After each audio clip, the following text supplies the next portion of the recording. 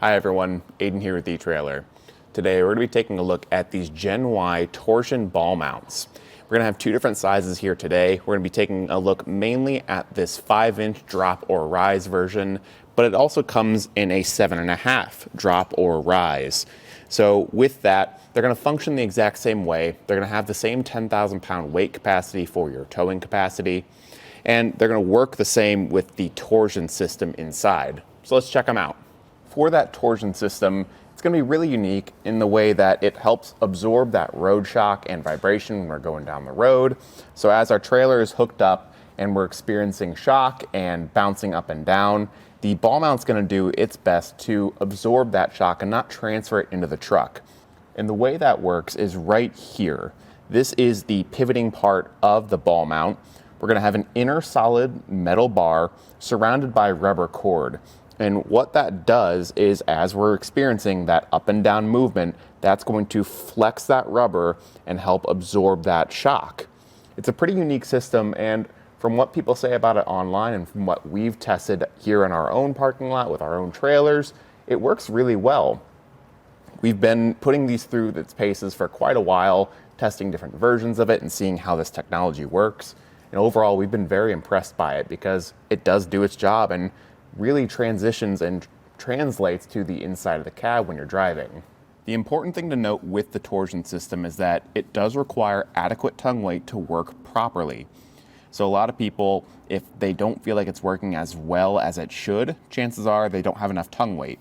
And there is a built-in scale on the back here to kind of let us know where we're at with our tongue weight. Right now, it's in the red zone. This white dash lines up with the red zone right here, which lets us know we don't have any tongue weight on there, which is true. We're unhooked. The red zone on the bottom will let us know if we're at our maximum tongue weight of 1,100 pounds. That's what the ball mount can support, and that's going to be the same for both sizes that we talked about in the beginning. And that green zone in the middle is going to be our ideal tongue weight.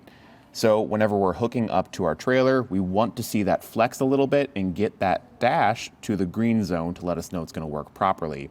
A minimum tongue weight of 500 pounds is recommended to make sure it works. This ball mount is also a 2-ball system.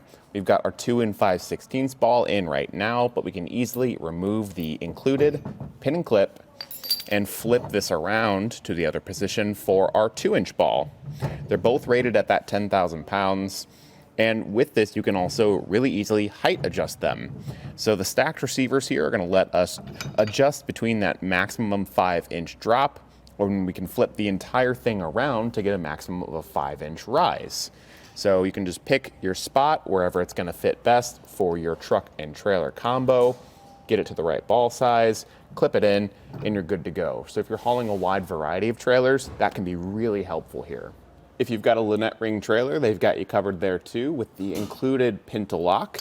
That's just going to slide in the receiver above where you're going to be attaching your ball. There's 2 holes, one for this open position. So let me just get the ball installed as well. Get these secured with our clips. This would be our hookup position now. So we could get our trailer pulled up, or pull up to our trailer, drop that Lynette ring down, and open up this lock, secure it with the other pinhole, and we've got it locked into position now. So depending on the type of trailer you have, you've got options. Getting things over to the rise position, like we mentioned before, we can get the hitch pin and clip removed. That's not included with your kit, so you will need to pick up one of those separate. I'd always recommend a locking hitch pin, especially for a ball mount this nice. And you can get the whole thing flipped around to get you more height adjustment for a rise. It's pretty easy to do. I will say the whole system is very heavy, so getting it in and out of your hitch can be a bit of a lift, but I think that's also a testament to the build quality that Gen Y has. And once you've got it in position, you can of course do all the adjustment that you need to make for the actual ball, get it up to a higher position if you need to, and get it secured down the exact same way you would before.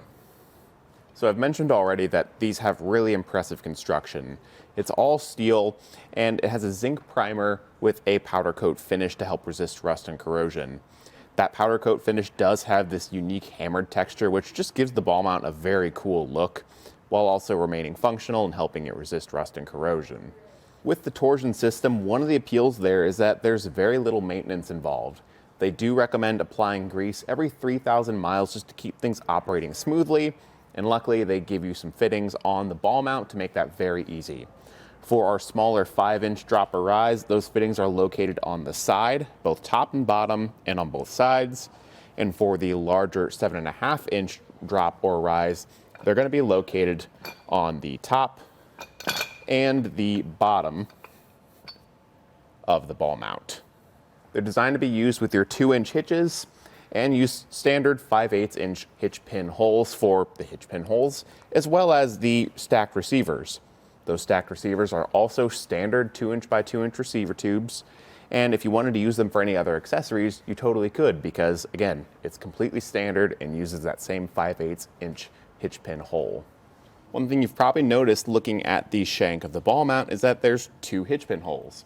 That's so we can choose between them depending on our vehicle and our hitch clearance. So let's say we get it inserted in and we go all the way to that innermost one that's closest to the actual ball mount, and it comes too close, some sort of contact is being made and it just doesn't fit.